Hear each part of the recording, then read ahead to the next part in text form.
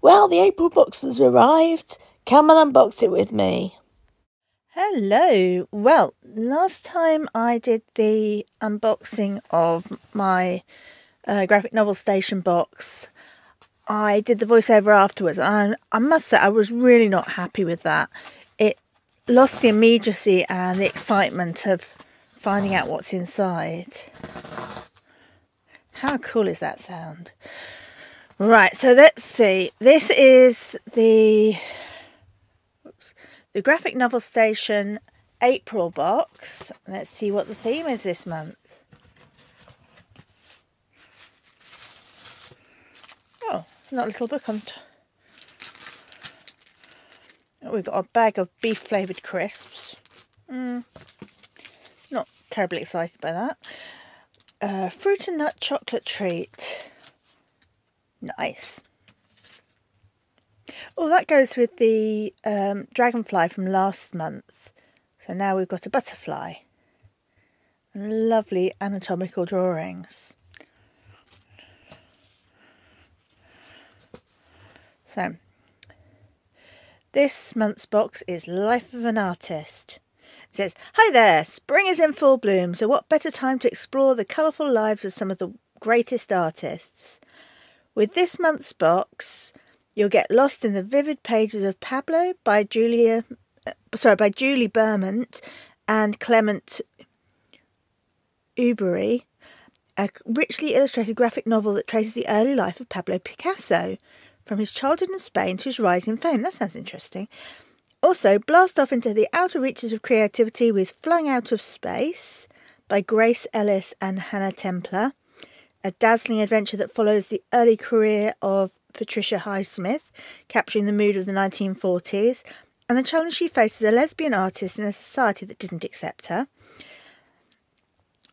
These two graphic novels offer a unique and immersive window into the life of an artist and are perfect companions for anyone looking to be inspired and amazed. We hope you're going to enjoy them as much as we did. Okay. I must say the Pablo sounds really interesting. And did you notice that we appear to have female artists and only 2 books in this one? And I think that's because Pablo is a big boy. Ooh. Interesting art style. A little bit different from this very superhero comic style of last month's box. Very gritty and real.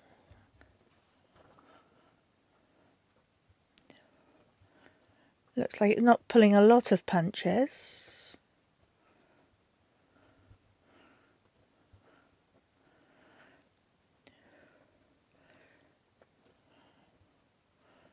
So we've got, well, just sometimes you get an image that just says so much in just a single image. I think that's the thing about graphic novels, that it's not what the words say or what the pictures say, but the two of them working together, along with things like layout and the movement between the pictures. And I think for a book about an artist, for that to be told in graphic form, I think is very important.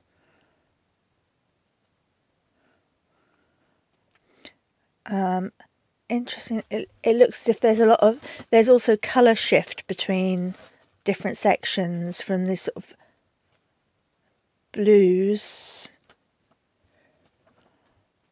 Got a lot of blue in the early parts, and it's transferring into sort of more oranges and flesh tones. But then, at the end, as I was flicking through, it changes into a much redder palette. And reds and purples. Yes, I'm really looking forward to that one. Let's have a look at... Oh, this is a hardback. Flung Out of Space. Inspired by the indecent adventures of Patricia Highsmith. Let's move the box out of the way. So we've got our... Wow, I do like the feel of a hardback book. Not always the most practical, but let's have a look through. I think it's nice to see both a woman writer and a woman artist telling the story of a woman. Actually, that's one of the things I moaned about last time, that in March all the artists and writers were were outnumbered in maleness, and I think we've got something quite... This month we've got more female representation.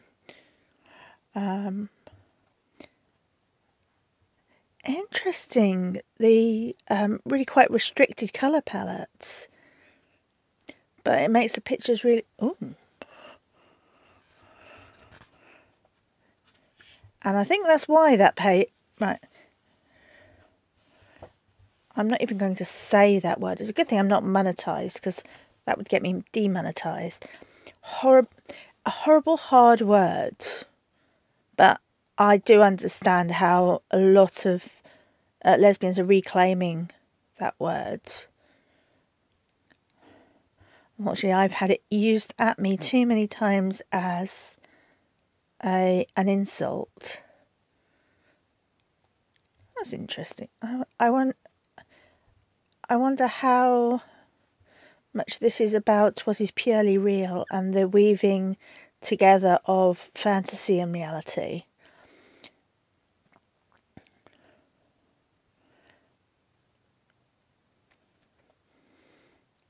I'm not going to look too close because I don't want to completely spoil it. But yeah, that really simple colour palette of Plumie, that's an orange added to the black and white, and the brown is created through, presumably through black and orange together. But very simple, but very beautiful.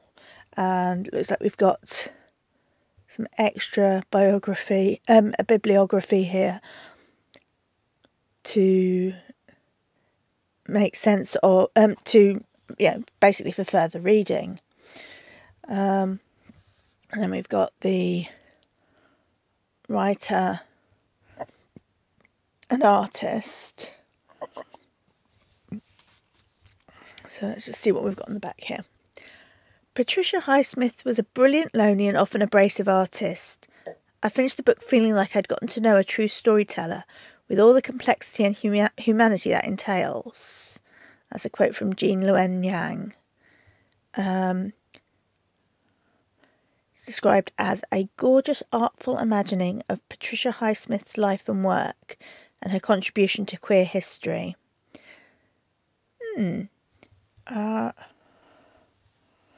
Patricia Highsmith was a vile and miserable human being. She was also a gifted writer whose work was positively consequential.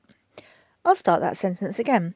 She was also a great gifted writer whose work was positively consequential for a great many people who needed it.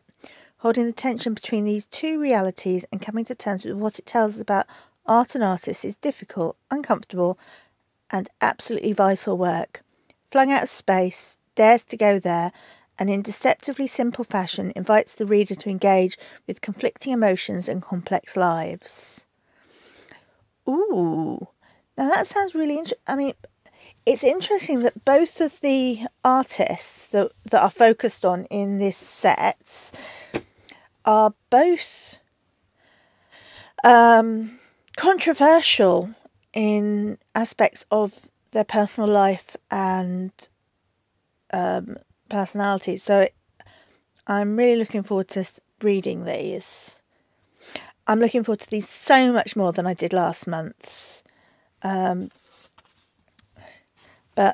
we've got kind of a stripped down insert as well with the information about Flung Out of Space and Pablo.